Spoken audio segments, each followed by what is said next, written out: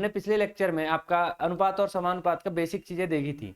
दोस्तों अनुपात समानुपात के बेसिक चीजों में मैंने आपको बताया था कि अगर आपको यहाँ पर A अनुपाते B और यहाँ पर B अनुपाते C और यहाँ पर C अनुपाते D ऐसी चीजें अगर दी हुई हो तो A B C D का अनुपात अगर रेगुलर ज्ञात करना है तो आपको क्या होना होता था, ये वैल्यूज आपकी B की वैल्यू फिर यहाँ पर C की वैल्यू, ये चीजें बराबर होनी आवश्यक होती थी। तो दोस्तों इस तरह की बातें जब हम कर रहे थे, इस तरह की बातें कर रहे थे तो इससे संबंधित हमने कुछ प्रश्न भी किए थे। बेसिक प्रश्न हमने बहुत सारे किए थे जहां पर आपको दिया होता था A अनुपाते B या B अनुपाते C, तो आपको A अनुपाते B अनुपाते C इस तरह की चीजें ज्ञात करने के लिए पूछ रहा था। बार बार आपसे इस तरह के सवाल वो पूछ रहा था और आप उसको उत्तर दे रहे थे। तो आप यहाँ पर इस तरह के सवाल बेसिक सवाल कर चुके हैं। समानुपात से संबंधित इसी सवाल आपने किए थे कि A अनुपाते B समानुपात C अनुपाते D। तो इसमें आपने देखा था कि बाहर बाहर का गुणा, अंदर अंदर का गुणा, इस तरह की चीजें आपने देखी थी। आपको मैंने बताया था अगर आपको ये याद भी नहीं रहता तो A बटे B बराबर C बटे D, इस तरह की चीजें भी आपने देखी थी। तो दोस्तों जब इस तरह की चीजें हमने देखी थी तो अब अनुपात के जो मूल रूप से सवाल आने की संभावना उस पर हम चर्चा करेंगे। तो और अनुपात में क्या क्या सवाल आ सकते हैं, किस तरह के सवाल आ सकते हैं, इसके लिए अगर कुछ आप कैटेगराइज करना चाहें तो एक तो सवाल की प्रकृति बनती है कि जोड़ घटाव वाले, यानी किसी संख्या में इतना जोड़ दिया जाए या इतना घटा दिया जाए तो उसका अनुपात इतना हो जाता है। मतलब अगर आपको सवाल में कई बार दे देते हैं दो संख्याओं का अनुपात 2 अनुपाते 3 है, यदि उस संख्या में 5 जोड़ दिया जाए या 5 घटा दिया जाए तो अनुपात इतना हो जाता है, तो वह संख्याएं ज्ञात कीजिए। तो एक सवाल आपका बनता है जोड़ घटाव वाला, जोड़ घटाव वाला सवाल बनता है आपका। दूसरी कैटेगरी का आपका एक सवाल बनता है, आपसे बोल देता है कि किसी क्लास में इतने विद्यार्थी हैं, उनका अनुपात इतना अनुपाते इतना है, ठीक है। उसमें से अगर 50 लड़कियां चली जाएं या 20 लड़के आ जाएं या नई चीजें कुछ भी हो जाएं तो नया अनुपात कितना होगा। तो विद्यार्थियों वाला सवाल बहुत आता है। विद्यार्थियों, ये हम अध्ययन की दृष्टिकोण से सरल बनाने के लिए कर रहे हैं इसका फर्दर डिवीजन, कोई ये विशेष प्रकार दिए नहीं रहते कहीं, अपन अपने हिसाब से कर रहे हैं। विद्यार्थियों वाला सवाल आपको बताया। एक सवाल आपके पास आता है दोस्तों, एक कैटेगरी आपके पास आती है सामान्य सी कैटेगरी कि कोई मिश्र धातु में इतने अनुपात का कांसा तांबा जो भी मिलता है वो है, तो बताइए इसमें मिश्र धातु में इसकी वैल्यू कितनी है। या फिर आपके पास आ जाता है कि इतने लीटर मिश्रण में इतना दूध है, इतना पानी है, तो बताइए अनुपात कितना है। या इसमें 3 लीटर पानी या 2 लीटर दूध और मिला दिया जाए तो नया अनुपात कितना होगा। तो मिश्रण वाले सवाल आते हैं। एक कैटेगरी मिश्रण की हो जाती है। एक कैटेगरी आपके पास और आती है जिसका नाम है कि मान के लिए दे देता है कि एक थैली में इतने सिक्के हैं, इसमें 50 पैसे के सिक्के कितने हैं, 1 रुपए के सिक्के कितने हैं, या फिर ये सारी चीजें आपसे पूछ लेता है। तो सिक्के वाले सवाल भी बहुत पूछता है, तो ये सिक्के वाले सवाल भी आपसे पूछता है। तो इस तरह से 3-4 कैटेगरी, एक आध कैटेगरी और होगी तो हम साथ में देख लेंगे। तो इतने कैटेगरी के अगर हम सवाल यहाँ पर कर लेते हैं, आप लोग यहाँ पर सवाल कर लेते हैं, तो आपका क्या होगा, ये टॉपिक अच्छे से कवर हो जाता है। तो मेरी कोशिश रहेगी सारी कैटेगरी के सवाल आपसे करवाता जाऊं और 2-2, 3-3 सवाल सारे कैटेगरी करेंगे तो आपकी अच्छी प्रैक्टिस हो जाएगी। तो आप इस तरह के सवाल अगर परीक्षा में आते हैं तो आप आसानी से कर लेंगे।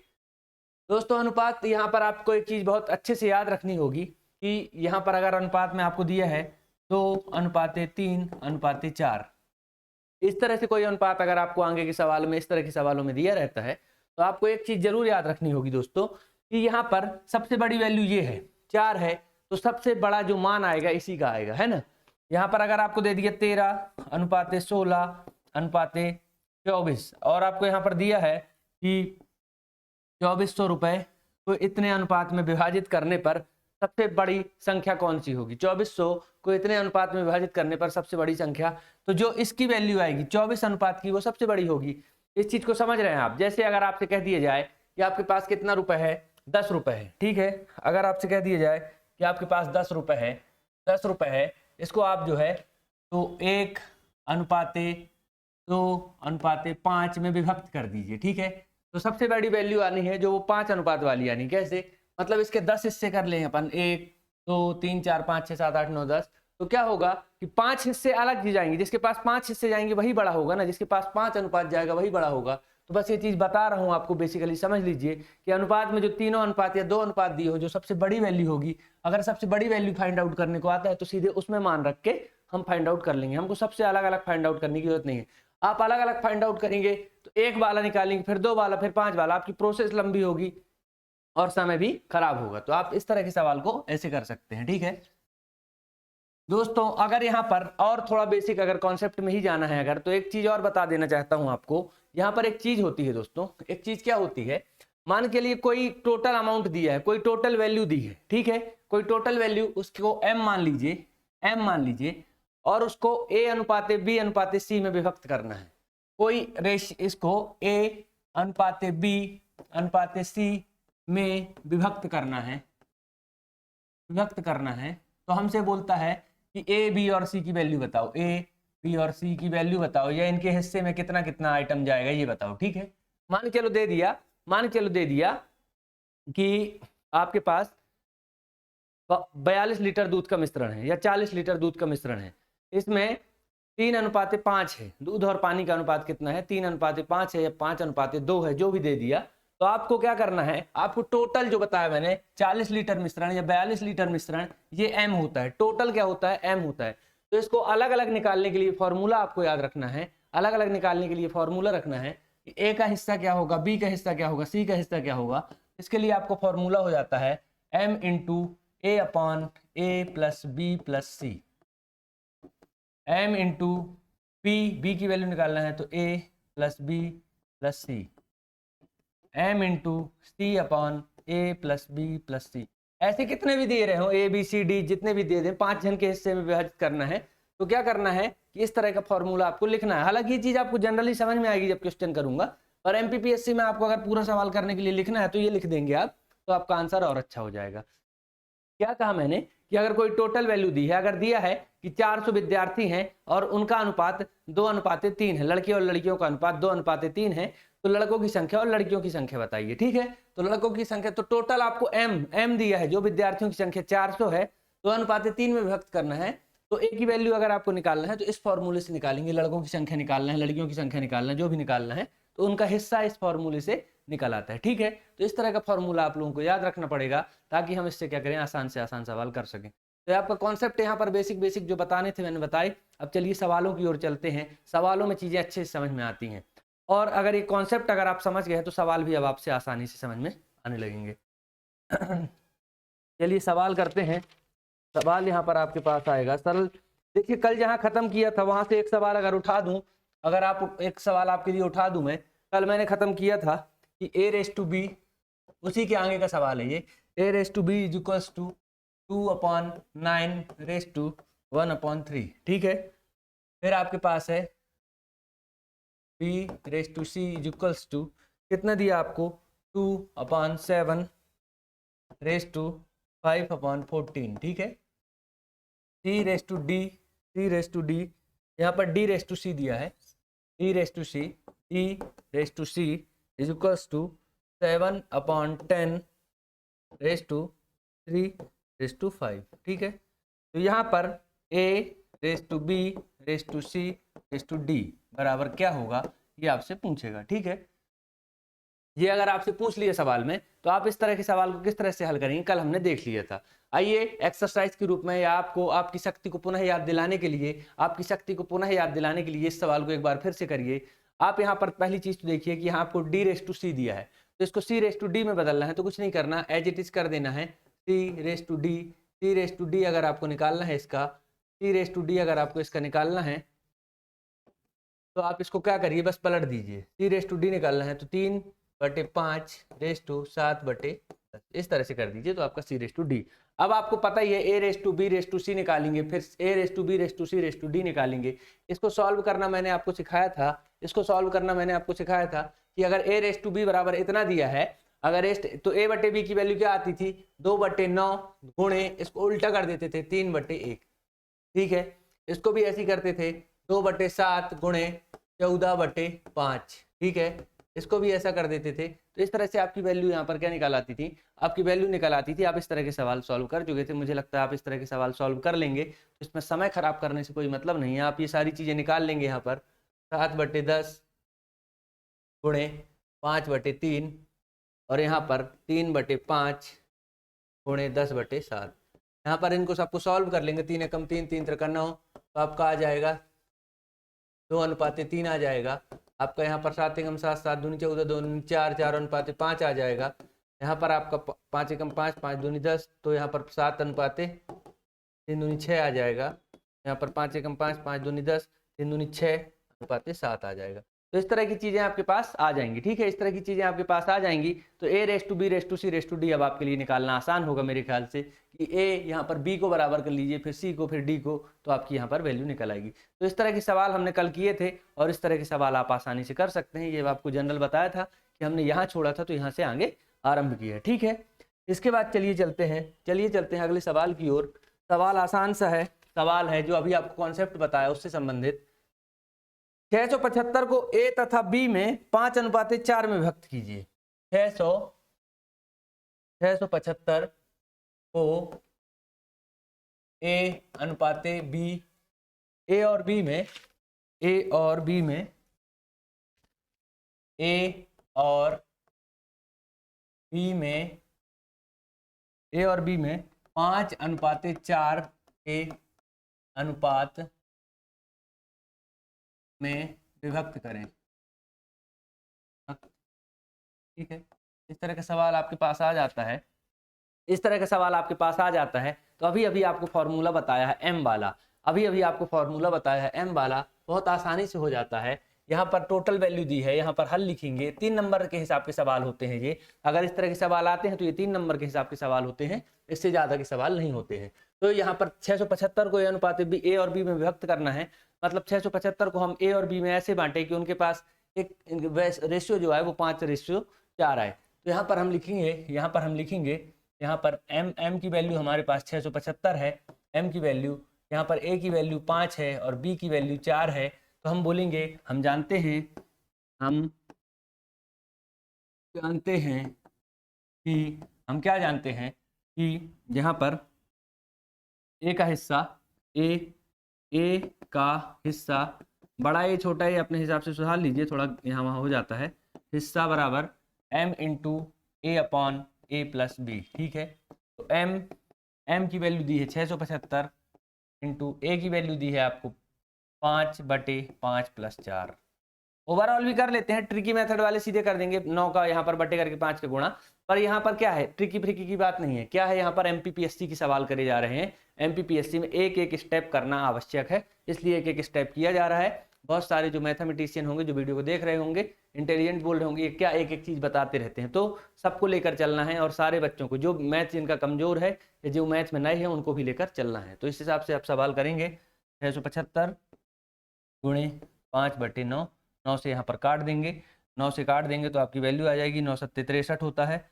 इकट्ठा बड़ी संख्या से काटना सीखिए। अब ये बड़ी संख्या से काटना, 3 से मत काटिए बार बार। अगर आपको लगता है 9 से कट रहा है तो 9 से काटिए, 9×7 63 हो जाएगा। बचेगा 3, 5, यहाँ पर कितना बचेगा, 5 और 5, यहाँ पर 9×7 63 और 4 और 5, तो 9×5 45, 9×5 45। तो वैल्यू आ गई है 75। यहाँ पर ए का वैल्यू कितना आ गया है आपका, 75 आ गया है। और यहाँ पर गुणा हो जाएगा 5 का, सॉरी ये वाले 5 का गुणा हो जाएगा। तो ए का हिस्सा आ जाएगा 55, 25, 5 7 35, 36 37, 375 ए का हिस्सा आ गया। अब बी का हिस्सा निकालना है, तो चाहे 975 से 625 में से घटा दीजिए या फिर दूसरी इसी प्रोसेस से कर लीजिए। यहाँ पर लिख लीजिए बी का हिस्सा।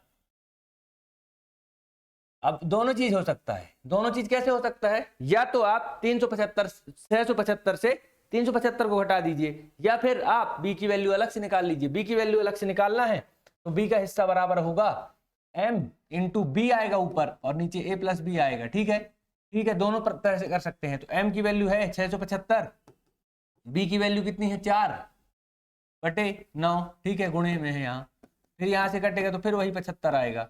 अब 75 दूनी 150, 300 आ जाएगा। 300 आ गई वैल्यू, बी की हिस्सा 300 आ गया, ए का हिस्सा 375 आ गया। तो सरल है, इस तरह के सवाल सरल है बस, लेकिन प्रैक्टिस जरूरी है, अध्ययन जरूरी है। अध्ययन से आप इस तरह के सवाल कर सकते हैं। अगर ए की वैल्यू 375 आ गई थी तो आप चाहते तो बी की वैल्यू के लिए 675 में से 375 को कम कर देते तो भी आपका आंसर आ जाता और बी की वैल्यू भी यहाँ पर आ जाती। मतलब ए के हिस्से में इतना जाएगा और बी के हिस्से में इतना जाएगा। आपको समझ में आया कि यहाँ पर 375 एक के हिस्से में जाएगा, यहाँ पर 375 एक के हिस्से में जाएगा और एक के हिस्से में जाएगा 300। चाहे तो इसको काट पीट के देखेंगे तो उत्तर इतना आएगा, काट पीट के देखेंगे तो उत्तर इतना आएगा, 5:4 आएगा। ठीक है, तो इस तरह के सवाल भी आप मेरे ख्याल से आप कर सकते हैं, करने में कोई दिक्कत नहीं है। इसको किसी भी संख्या से काट देंगे तो उत्तर आपका आ जाएगा। 25 से काट के देख लीजिए, 25 से काटेंगे आप यहाँ पर तो 25 एकम 25 बचेगा 12, 25 तो 25 पंचे 125, 15 हो गया।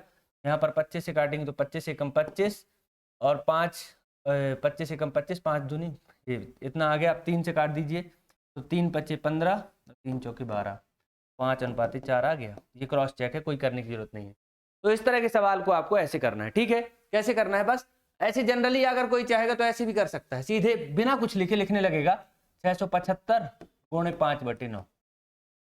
ये क्या तरीका, अगर 3 नंबर में आता है तो सीधे ऐसे करके रफ वर्क में और सीधे आंसर यहाँ पर लिख सकते हैं। इतना करके लिख देंगे, ए का हिस्सा इतना आएगा 375 और बी का हिस्सा आ गया 300, एक बार 4/9 करके।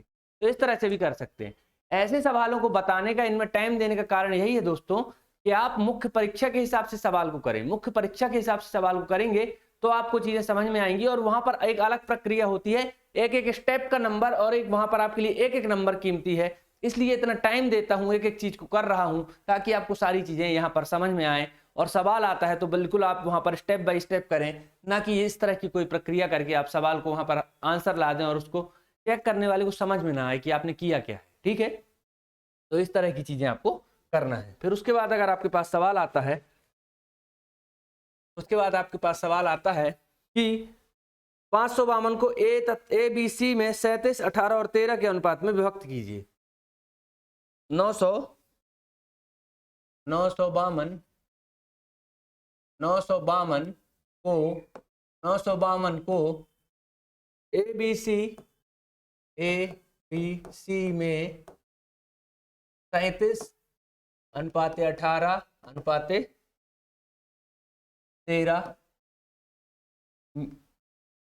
के अनुपात में विभक्त कीजिए, के अनुपात में विभक्त करना है। ठीक है दोस्तों, अगर विभक्त करना है तो इस सवाल को अगर मैं आपसे कह दूं कि जैसा पिछला सवाल किया था एज इट इज सवाल है, 3 अनुपात हैं, तीनों को जोड़ देते हैं, ए बी सी, और ए के लिए ए बटे इतना, बी बटे इतना और सी बटे इतना। अगर ये प्रोसेस करते हैं, अगर मैं कहूँ ये चीज सही है तो सही है, आप इस तरह से इस सवाल को कर सकते हैं। कोई कठिन सवाल नहीं है, आपके पास बस ये है कि आप लिखेंगे ए का हिस्सा, आपका लिखेंगे ए का हिस्सा बराबर 952 गुणे एक की वैल्यू 37 है तो 37/37 धन 18 धन 13, यहाँ पर ये करेंगे, बस जोड़ घटा के आंसर ले आएंगे। 952 फिर 37, यहाँ पर कितना आ जाएगा 37 और ये हो जाएगा मिलके आपका 50, 10 60 68 हो जाएगा, 68 हो जाएगा। ठीक है, 37/68 हो जाएगा। अब इस सवाल को आप यहाँ से सॉल्व कर लेंगे, इस तरह से बाकी की वैल्यू निकाल लेंगे। यहाँ पर इसको काट पीट दीजिए, कट सकता है, इससे कट सकता है। अब देखिए बड़ी संख्या से काटने की कोशिश करिए, आप छोटी 2 से काटना चालू करें, लंबा जाएगा, यहाँ तक कटते जाएगा, यहाँ भी कटते जाएगा। बड़ी संख्या से काट लेता हूँ, 17 से कट जाएगा, 17 चौके 68। आपको पता है ऐसी संख्या आपको दिमाग में लाते रहना अपने अपने हिसाब से, जिससे नहीं बनता वो छोटी संख्या से भी काट सकता है। कहीं लिखा नहीं है कि सिर्फ बड़ी संख्या से काटना है, छोटी संख्या से, जिससे जिसको कन्वीनियंट हो, जिससे आसान हो, उस संख्या से इसको काट सकता है। तो 17 चौके 68, अगर इसको काटूंगा तो 17×5=85, 17 छक्का 102 ज्यादा हो जाएगा, 17×85 काटूंगा बचेगा 10, क्योंकि 95 से 50 जाएंगे तो 10, तो 102 हो जाएगा, तो 17 छक्का 102 कट जाएगा। तो यहाँ पर 17 चौके 68, 17×85, 17 छक्का 102, 14 चौके 56 कट जाएगा। ठीक है, कोई दिक्कत नहीं। 14 में 37 का गुणा हो जाएगा तो 14 छंग 84, 14 सत्ते 98, 14 × 42, 42 और 9, 42 और 9 51, 51। ठीक है, ये ए का हिस्सा आ गया। इसी तरह से बी का हिस्सा निकाल लेना, सी का हिस्सा निकाल लेना। मुझे लगता है आसान होगा, चलिए फिर भी करके बता देता हूँ, प्रैक्टिस है, बहुत सारे नए बच्चों को समझ में नहीं आता होगा। बी का हिस्सा कैसे निकालेंगे, m × b / a + b + c। तो यहाँ पर क्या लिखा है मैंने, a × a / a + b + c और m गुणे, अब आपको पता है m की वैल्यू ये है, ABC की वैल्यू ये है। ठीक है, तो आपको यहाँ पर इस तरह का सवाल मैंने किया है। अब बी का हिस्सा निकालना है तो फिर सेम प्रोसेस हो जाएगी। यहाँ पर कर बस देता हूँ, आप लोग जोड़ घटा लीजिएगा।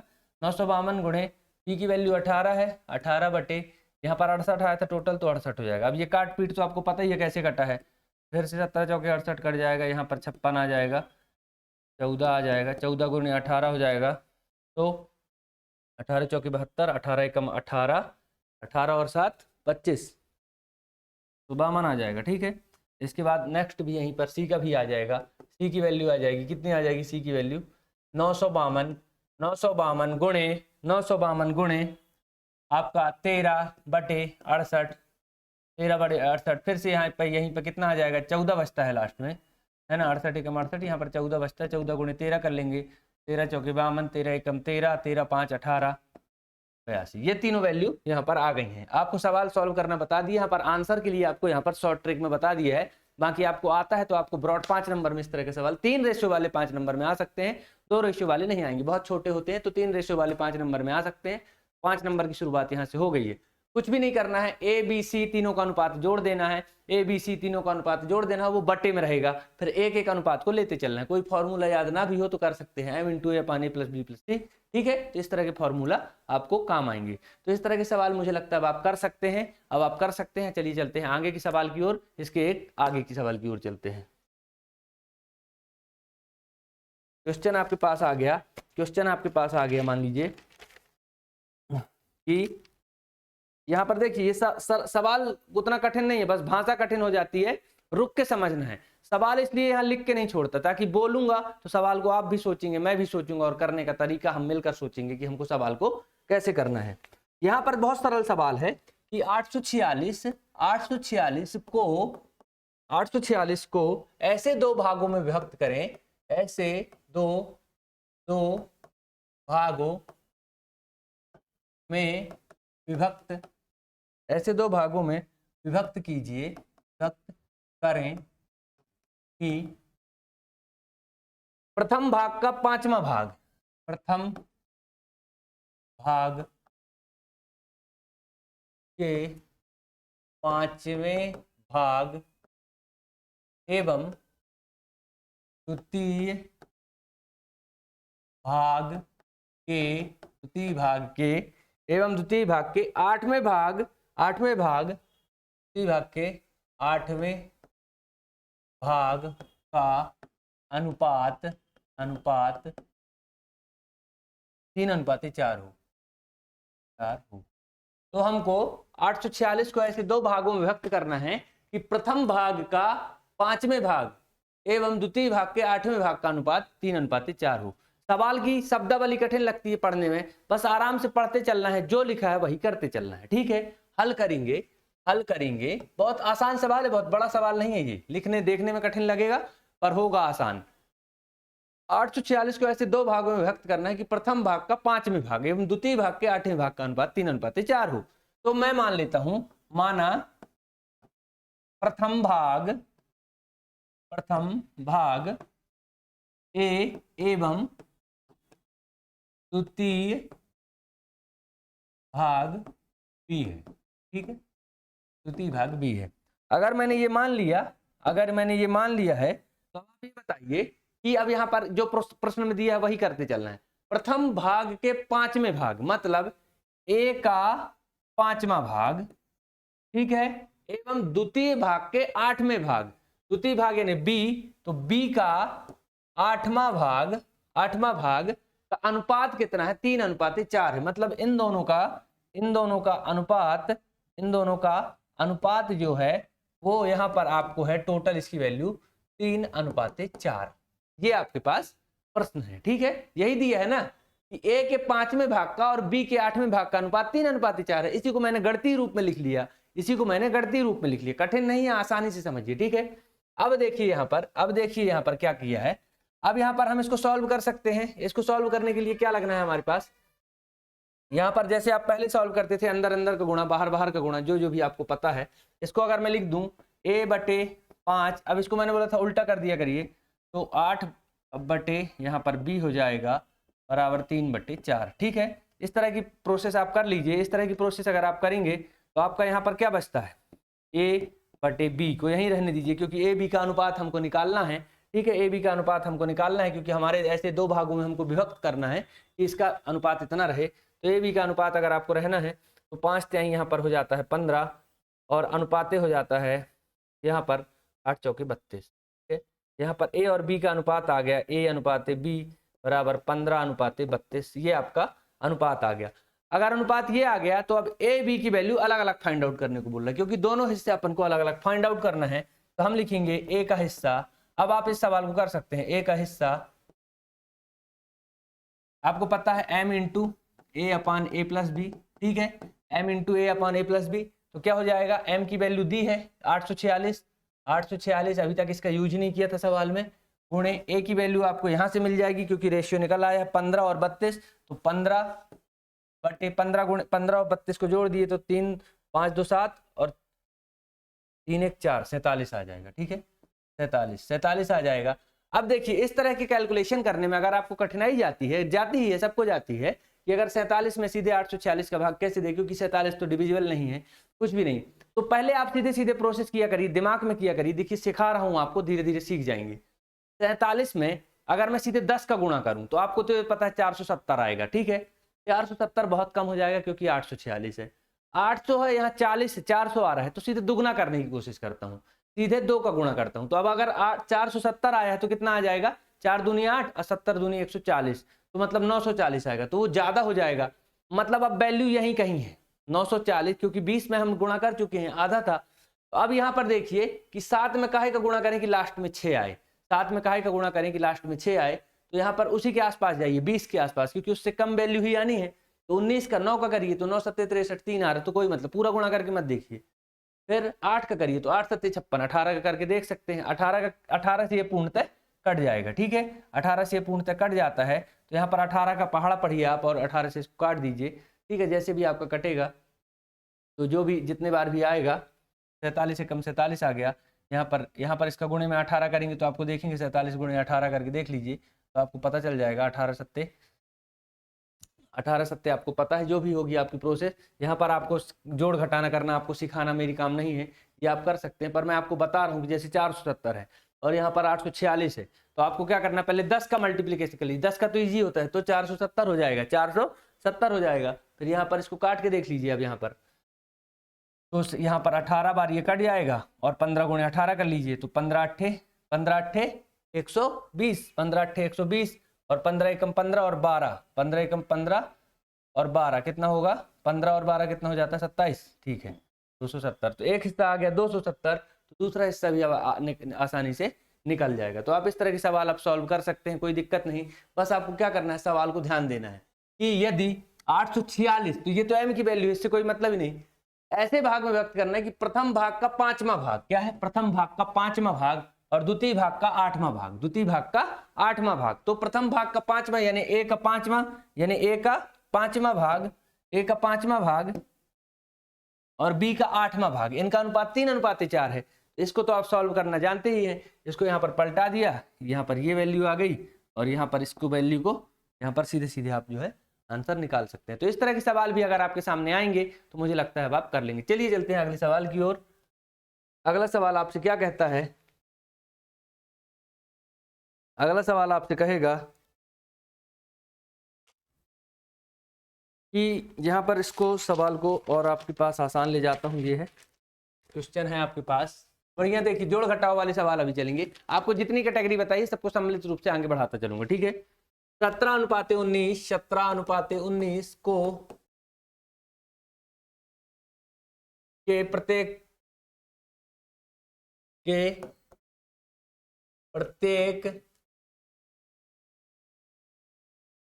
पद में क्या, प्रत्येक पद में क्या घटाया जाए कि अनुपात 5:7 हो जाए, क्या घटाया जाए कि अनुपात 5:7 हो जाए, ठीक है, हो जाए तो भैया हो जाएगा। क्या करना है आपको, 17:19 के प्रत्येक पद में क्या घटाया जाए कि अनुपात 5:7 हो जाए। तो इस तरह के सवाल करने के लिए हम x मान लेते हैं, क्या मान लेते हैं, x मान लेते हैं। हल लिखेंगे माना, क्या लिखेंगे, माना 17:19 के प्रत्येक पद में x घटाने पर अनुपात, पूरा लिखिए अनुपात 5:7 होता है, ठीक है, ये मान लिया। अगर माना है तो करके देख लेते हैं। तो प्रत्येक पद में आपको क्या घटाना है, x घटाना है, यानी 17 माइनस x अनुपाते 19 माइनस x बराबर अनुपात कितना हो जाना है, 5:7। अब बस ये तो इजी हो जाएगा आपके लिए, इसको सॉल्व करना आपके लिए कितना आसान हो जाएगा। यहाँ पर 17 माइनस एक्स बटे 19 माइनस एक्स बराबर 5/7 गुणा कर लीजिए, क्रॉस मल्टीप्लीकेशन कर लीजिए। 17 में 7 का गुणा कर लीजिए, 7 से 9 49। यहाँ पर इसको इसका गुणा यहाँ पर करिए, इसका गुणा यहाँ पर कर लीजिए, किसी भी तरह से कर लीजिए। तो 17 सत्ते कितना होता है, 7 7 49, 7 एकम 7 4 11, 119 माइनस 7x 19 पना 95 माइनस 5x। ठीक है, इस तरह के सवाल आपको करना आसान है। यहाँ पर माइनस का 7x, यहाँ पर आएगा तो प्लस का 5x हो जाएगा, इस तरफ आएगा तो यहाँ पर 95, यहाँ माइनस का 119, यहाँ पर माइनस का 2x बचेगा बराबर, यहाँ पर माइनस का कुछ बचेगा, माइनस का क्या बचेगा, यहाँ पर 15 में से, यहाँ पर 9 में से 5 जाएंगे तो 4 बचेगा, यहाँ पर 24 आएगा मेरे ख्याल से, और माइनस से माइनस कैंसिल, x की वैल्यू आ जाएगी 12। ठीक है, x की वैल्यु कितनी आ जाएगी, 12 आ जाएगी। मतलब 17 और 19 के प्रत्येक पद में 12 घटा दिया जाए, 12 घटा दिया जाए तो वैल्यू कितनी आ जाएगी, लिखेंगे 17 अनुपाते 19 के प्रत्येक, अतः लिख देंगे, अतः 17 अनुपाते 19 के प्रत्येक पद में 12 घटाने पर वैल्यू कितनी आ जाएगी, 5:7 आ जाएगी। ठीक है, तो इस तरह के सवाल भी अब आप कर सकते हैं जोड़ घटाव वाले। आप x मान लिया करिए, अगर आप जोड़ने पर क्या हो जाएगा तो x मान लीजिए, और जोड़ के जो अनुपात दिया उसको इक्वल में रख दीजिए। तो इस तरह के सवाल भी मेरे ख्याल से आपके लिए आसान होंगे। क्या किया मैंने, 17 अनुपात 19 के प्रत्येक पद में x घटाने पर, तो 17 में से x घटाया, 19 में से x घटाया, और यहाँ पर अनुपात जो दिया है कि 5:7 हो जाएगा, तो भैया घटाने पर 5:7 हो जाएगा। तो मैंने अपने मन से नहीं किया, दिया है 5:7 कर दिया। अगर 5:7 कर दिया तो 17 माइनस एक्स और 19 माइनस एक्स, ये 5/7 क्रॉस मल्टीप्लीकेशन करके x की वैल्यू निकाल लीजिए, सर आ जाएगा। ठीक है, तो इस तरह के सवाल भी अब आपसे बन जाएंगे। अगले सवाल की ओर चलते हैं। अगला सवाल आपसे क्या कह रहा है, अभी इस सवाल बस आपको ऐसे ही जनरली बताते जा रहा हूं, आप जो है सॉल्व करते चलिए। बढ़िया पेन कॉपी लेकर आप बैठे होंगे। 3:5 के प्रत्येक पद में क्या जोड़ा जाए कि अनुपात 2:3 हो जाए, में क्या जोड़ा जाए कि अनुपात 2:3 हो जाए।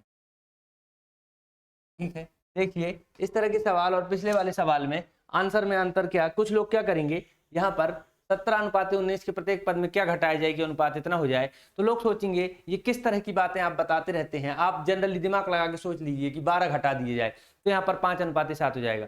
ठीक है, यहाँ पर तो आपने दिमाग लगा के सोच लिया, बिना प्रोसेस के आपने प्रक्रिया बिना अपनाए, बिना आपने सवाल करने की कोशिश कर दी।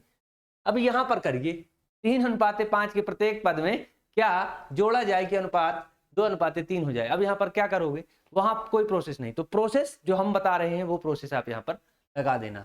यहाँ पर लिखना हल, हल में लिखना माना x जोड़ा जाए, माना x जोड़ा जाए, माना x जोड़ा जाए। तो अगर x जोड़ा जाएगा, अगर x आपका यहाँ पर जोड़ा जाएगा तो क्या हो जाएगा, x जोड़ दीजिए, मतलब 3 धन x अनुपाते 5 धन x, जोड़ने पर क्या हो रहा है भाई, 2:3 हो रहा है, 2:3 हो रहा है।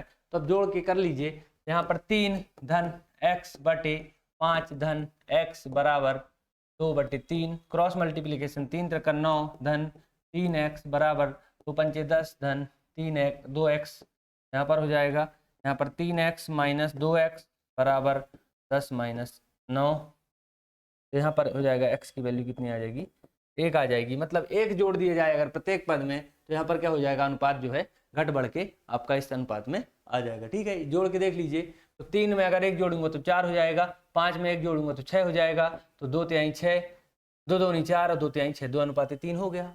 ठीक है, इस तरह के क्वेश्चन भी आप आसानी से कर सकते हैं। x जोड़ देना है, बस प्रोसेस जरूर अपनाइएगा, अपने मन से दिमाग मत लगाने लगिएगा। पिछले सवाल जैसे, पिछले सवाल में लोग सोच रहे होंगे 12 घटाना, तो इसी से घटा लेते ना, सीधे इसी से 12 घटा लेते तो 5:7 आ जाता। तो 12 मैंने निकाला, इस प्रोसेस से निकाला, प्रोसेस बताने का अपना महत्व होता है। यहाँ पर आप कैसे करते, 3:5 में क्या जोड़ा जाए, तो ये प्रोसेस से ही आ रहा है आंसर। ठीक है, इस प्रोसेस से अगर आंसर आ गया है तो आप चलिए नेक्स्ट क्वेश्चन की ओर। नेक्स्ट क्वेश्चन आपका क्या कहता है, ठीक है। क्वेश्चन आपका कह रहा है कि दो संख्याओं का अनुपात, दो संख्याओं का अनुपात दो संख्याओं का अनुपात कितना है आपका, 7:9। 7:9 है, 7:9 है। प्रत्येक में 5 जोड़ दे तो उसमें अनुपात 4:5 हो जाता है। प्रत्येक में कितना जोड़ दें, प्रत्येक में 5 जोड़ दें तो 5 जोड़ दें तो अनुपात कितना हो जाता है, अनुपात 4:5 हो जाता है। 4:5 हो जाता है।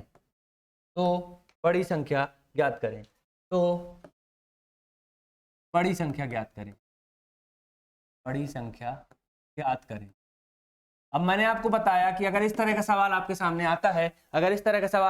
आता है, तो आप संख्या को क्या मान लीजिए, x मान लीजिए। अगर x मानना है तो कोई ना कोई वैल्यू ऐसी होगी जो 7 में गुणा होके और 9 में गुणा होके छोटी या बड़ी संख्या बना रही होगी। तो क्या होगा आपका हल, यहाँ पर हल माना संख्याएं 7x एवं 9x है। कितनी है, 9x। अगर संख्याएं 7x और 9x मान लेता हूं मैं, तो इसमें क्या दे रहा है अब कि प्रत्येक में 5 जोड़ दिया जाए। तो 7x में भी 5 जोड़ दिया जाए और आपका 9x में भी 5 जोड़ दिया जाए। ठीक है, दोनों में 5 जोड़ दिया जाए। तो यहाँ पर लिखेंगे प्रश्नानुसार हम लिखेंगे यहाँ पर कि 7x धन 5 अनुपाते 9x धन 5 बराबर आपका क्या हो जाएगा, अनुपात कितना हो जाएगा, 4:5। तो 4:5 हो गया। ये आपके प्रश्न में दिया गया है। ठीक है, क्या दिया गया है कि अगर इस संख्या के प्रत्येक पद में 5 जोड़ दिया जाए तो अनुपात 4:5 हो जाता है। तो जो प्रश्न में दिया है, जो प्रश्न में आपके दिया है वही यहाँ पर मैं कर रहा हूँ। आपको दिया है कि अनुपात कितना हो जाएगा इसमें 5 जोड़ने पर, तो 5 जोड़ दिया दोनों में और अनुपात लिख दिया 4:5।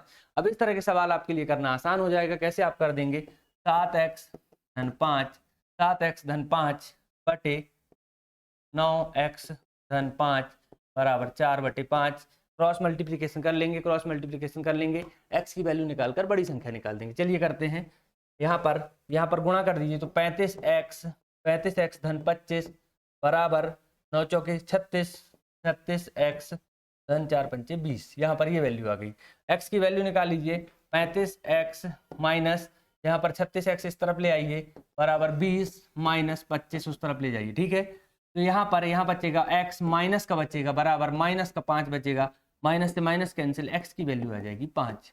अब आपसे पूछा है कि बड़ी संख्या ज्ञात कीजिए। तो 7x और 9x में से बड़ी संख्या 9x होगी, 9x यानी 45 होगी। 9x बड़ी संख्या लिख देंगे, बड़ी संख्या बराबर 9x मतलब 9 गुणे 5, x की वैल्यू 5 बराबर 45। तो यहाँ पर क्या हो गया, 45 आपका आंसर आ गया। कुछ नहीं करना है। इस तरह के प्रश्न जितने भी थे संख्याओं वाले, तो संख्या को x y जितने फॉर्म, अगर बड़ा सवाल आता है तो x y 2 फॉर्म में मान लीजिए, 2 रेशियो अगर देते हैं तो आपका ये सवाल भी पूरा हल हो जाएगा। तो क्या किया मैंने कि संख्याओं को 7x मान लिया, एक संख्या को 9x मान लिया। अब दोनों में 5 जोड़ना है तो 5 जोड़ दिया और 5 जोड़कर रेशियो 4/5 है तो 4/5 कर दिया। इस तरह के सवाल आपके लिए आसान हो जाएंगे। चलिए चलते हैं अगले प्रश्न की तरफ। अगला प्रश्न है आपका, सेम कंडीशन का सवाल है। दो राशियों का अनुपात 2:3 है। प्रत्येक राशि में 5 घटाया जाए तो अनुपात 3:5 हो जाता है। तो छोटी राशि याद कीजिए। अब आपको 2:3 दिया है तो आप 2x और 3x मानिए और 5 इसमें से क्या कर दीजिए, माइनस कर दीजिए, तो आपका आंसर आ जाएगा। तो इस तरह के सवाल मुझे लगता है अब आप कर लेंगे। इस तरह के सवाल आप कर लेंगे। फिर भी अगर आपको करना है तो अगर आपको दिया गया अनुपात है, दिया अनुपात, सवाल नहीं लिख रहा हूं मैं, सवाल बोल चुका हूं, आप वीडियो को फिर से देख लेंगे तो आपको सवाल आ जाएगा समझ। दिया गया अनुपात है 2:3 और घटाया क्या है, आपका यहाँ पर, आपका यहाँ पर 5 घटा दिया है, 5 घटाया है आपका। और अगर 5 घटा दिया है तो आप ये बताइए नया अनुपात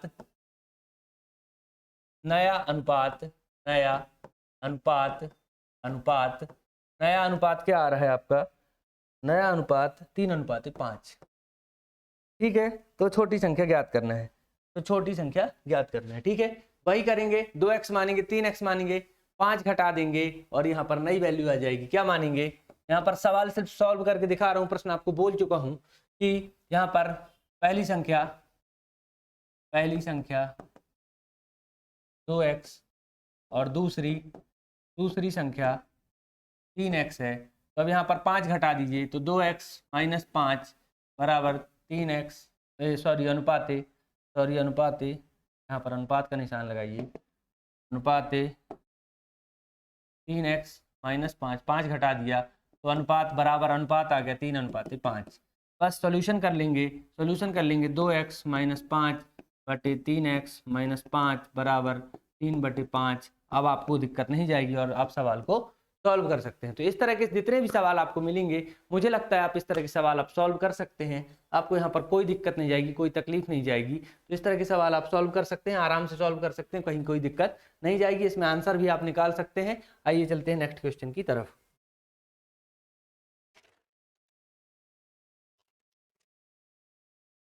बहुत बढ़िया प्रश्न है जो अभी अपन पहले कर चुके हैं। 3 संख्याओं का अनुपात 10:15:24 है। लिख लीजिए, 3 संख्याओं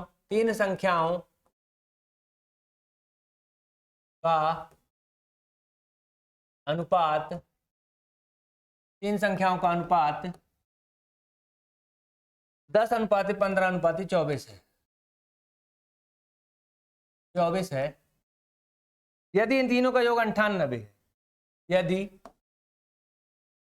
तीनों का योग 98 है, योग 98 है, तो बड़ी संख्या ज्ञात करें। बड़ी संख्या ज्ञात करें। ठीक है, इस तरह का सवाल दिया है अगर आपके सामने कि 3 संख्याओं का अनुपात 10:15:24 है और तीनों का योग 98 है, तो बड़ी संख्या ज्ञात करना है। तो आपको इस तरह का सवाल अभी तो बता ही चुके हैं। पहले m वाला जो सवाल बताया था, m फैक्टर ही है। टोटल दिया है ABC दिया है, ABC दिया है, तो आपको यहाँ पर तीनों संख्याएं निकल आएंगी। और अगर आपसे पूछ रहा है, मैंने आपसे पहले कहा था कि अगर 1:2:5 दिया है तो बड़ा अनुपात ये है, तो बड़ी संख्या ये होगी। अगर यहाँ मैं लिखूं हल में अगर लिखूं मैं कि यहाँ पर दिए